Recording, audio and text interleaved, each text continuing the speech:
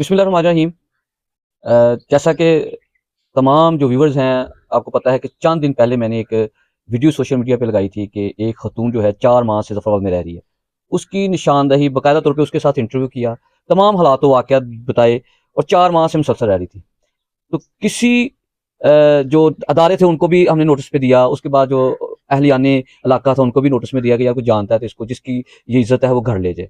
तो हमने ये एक फ़र्ज़ समझ के, हमारा ज़मीर मुतमिन है, हमने कोशिश की कि जिसकी इज़्ज़त है वो अपने घर पहुँचे। तो आज मैं वो संग्याल गाँव जिसकी बीवी है, जिसकी इज़्ज़त है, वो मेरे साथ शख्स मौजूद है।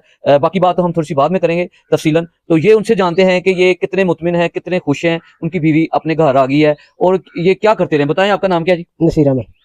4 महीने से गैप सी है जेनी तो पता नहीं इसका दुरुस्त नहीं है और लिहाजा ਅਸੀਂ ਤਲਾਸ਼ ਕਰਦੇ ਰਹੇ ਇਹਨੂੰ ਲੇਕਿਨ ਸਾਨੂੰ ਨਹੀਂ ਨਜ਼ਰ ਆਇਆ। ਉਸ ਤੋਂ ਇਲਾਵਾ ਤੁਹਾਡੀ ਆ ਵੀਡੀਓ ਦੇਖੀ ਅਸੀਂ ਤੇ ਫਿਰ ਤੁਹਾਡੇ ਕੋਲ ਪਹੁੰਚ ਗਏ ਅਸੀਂ ਤੇ ਫਿਰ ਜਾ ਕੇ ਉੱਥੇ ਥਾਣਿਓਂ ਲੈਂਦੀ ਅਸੀਂ। अब वो ये बताएं कि उसका चेहरा नजर आ रहा था, आपको कोई इतराज था? इस बात पे इतराज है कि आपकी जो मिसेज है, आपकी बीवी जो है, इसका चेहरा हमने दिखाया है, हाँ जी। कोई इतराज है आपको कोई इस पे? नहीं। यानी कि आपको परेशानी है? आप खामद है उसके? नाम क्या आपका? नसीर अहमद। नसीर साहब, आपको कोई परेशानी है मेरी चेहरा ना यानी दिखाने पर? नहीं तो ਤੁਸੀਂ चेहरा दस देते ਸਾਨੂੰ कितने पता लगना सी। नहीं हम बहुत खुश हैं, आपकी मेहरबानी।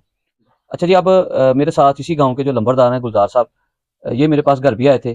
तो ये इन्होंने कहा था कि आप गांव ही आना, तो सारा घर भी देख लेना, किस हालात में रहते हैं, इनके पास ना घर है, यानी बहुत यानी कि परेशानी की हालत में ये ज़िंदगी गुजार रहे हैं। तो ये गुलजार साहब हैं। गुलजार साहब, आप क्या कहना चाहते हैं इस हवाले से? कि काफ़ी अरसे तो ज़हनी डिफेंसन अगे भी ठीक नहीं, ज़हनी तवाज़न कोई है सी, लेकिन अपने बच्चों के कफीलदारी पे करते सन। कुछ टाइम गुजरन तो बाद इन्हों का कोई जगह का सिस्टम सी भैन भरावां दा, इन्हों के वालद साहब जगह ली सी एक मास्टर को, वो लैन तो बाद कुछ उन्हें विरासत नहीं सी कराई दी, कोई तकरीबन 1975 की गल है। उस तो बाद उन्होंने कब्जा ले लिया तो ज़्यादा बीबी जी ज़हनी तवाज़न हो गया, ये घरों चले गई। फिर काफ़ी अरसे तो बाहर रही है। ये उस दिन इन्होंने वीडियो चाढ़ी है तो पता लगा, फिर जाके इन्होंने उत्थों लिया है। बात यह है कि अगर इसका ज़हन होंदा तो एक जाती ना उस तरह फिरती ना, क्योंकि नज़दीक तो ज़फरवाल 10-12 किलोमीटर सफ़र है, ये घर ही रहती, लेकिन इसका ज़हन ही नहीं सी, की पता है कितने रह रही है कितने नहीं। जो ज़हनी तवाज़न ना इतना ज़्यादा बंदा समझदा होवे तो उन्होंने जिस तरह मर्जी कोई बगला ले, जिस तरह मर्जी कोई लै जाए। लेकिन इन्होंने वीडियो चाढ़न नाल फिर आम इलाके के लोगों को पता चलिया कि बीबी इत्थे रहन रही है, तो वो वजह तो असीं इहदे तक पहुँच गए। फिर जो इन्हें पहुंचे तो फिर सानूं पता लगा जी बीबी इस तरह फलानी जगह, तो फिर इन्हूं घर लै गया। अगर चेहरा ना सामने आंदा तो किस तरह पता चलता लोगों को, जो अहले देह के लोग सन उन्होंने कदे किस तरह पता चलता कि नबीला जी फलानी जगह की है। अगर चेहरा नजर आया तो लोग पहुंच सके, या इस तो अगर चेहरा ना नजर आता तो अगर इसकी डैथ ही होंगी तो किसी स्वाच नाल या अंगूठे प्रेस करके या किसी कोई चीज़ों फिर इन्होंने घर तक पहुँचते, अं तो पहुँच नहीं सकते। हत्ता कि कोशिश चेहरे की वजह तो उन्होंने कोल तक पहुँच सके, वरना पहुँच नहीं सकते। असं तो यह करने भी इन्होंने इंसाफ किया जाए, गवर्नमेंट पंजाब जी है ये वास्ते कोई हल करे कि एक गरीब आदमी है, वो छत नहीं, किसी के घर रह रहा, 7 बच्चे ने, 2 बच्चियां ने, उन्होंने किस तरह रहना मुश्किल है। गवर्नमेंट इन्ने काम कर रही है तो एक गरीब आदमी वास्ते इन्ना नहीं कर सकती। अगर इन्होंने लोगों ने पैसे इकट्ठे करके मकान बना के दिता, चीज़ां बना के दी रहने वास्ते, तो वो ना दे चीज़ां ना कि यानी कि 50-60 साल तो पुरानी गल है, वो तो पुराने लोग सन, स्टाम स्टूम से जगह लै दे लेंदे सन, वो इन्होंने फिर इन्नी ज्यादती हुई दी, ज्यादती का जवाला जो बड़ा मुश्किल हो जाता ना। अच्छा, वो बीबी जी ज्यादा परेशान हुई, जो किसी के घर रहना हो, किसी की जगह रहना हो, महल्ले मेहने मारिए कर्म, फिर अगू ज़हन भी आना गया बाहर निकल जाती है। जो बाहर निकल जाती है, माशरे लोग ऐसे ने उन्होंने खिंच के उधर कर जा, असीं लोग जानने में की करना की नहीं।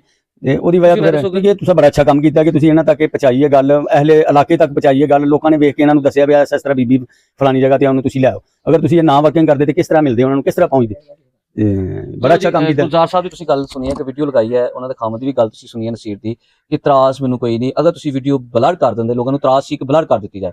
जबकि मेरी नीयत भी है सी कि जिदी इज्जत है, जिदी बीवी है, जिदी बेटी है, वो अपने घर बाइज्जत तरीके लै जान और कोई नाखुशगवार वाक़या ना हो जाए। और उस दिन वाकई ही नाखुशगवार वाक़या होने जा रहा सी। अलहमदुलिल्लाह साडी नीयत बिल्कुल साफ सी, असीं कोशिश की कि यह गंदा काम नहीं असीं होंदा ना, गलत काम नहीं होंदा ना, खतून किस तरह लैके जा रहा है। साडी नीयत हुण भी वो नहीं है कि असीं दसना, सिर्फ हकायक सामने लियाना जरूरी सन। खमोश इस वास्ते हाँ या वर्क कर रहे सन कि बीवी जी बुढ़ी जी है, खतून जी है नबीला अपने गाँव, अपने लवाकीन, अपने प्यारों में मिल जाए। वो अलहमदुलिल्लाह पहुँच चुकी है और इन्हों की जानब तो कोई इतराज़ नहीं है। साडी नीयत साफ सी, साडी किसी की जग हसाई, किसी की इज्जत को छालना या कोई मकसद नहीं है, नीयत साफ सी। और मकसद मजे की बात है 4 माह तू ये बीबी ज़फरवाल च रह रही सी।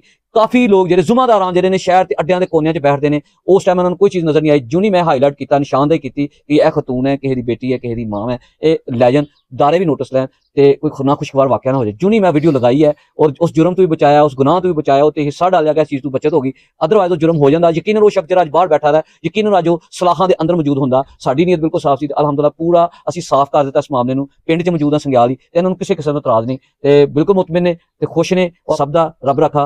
अल्लाह।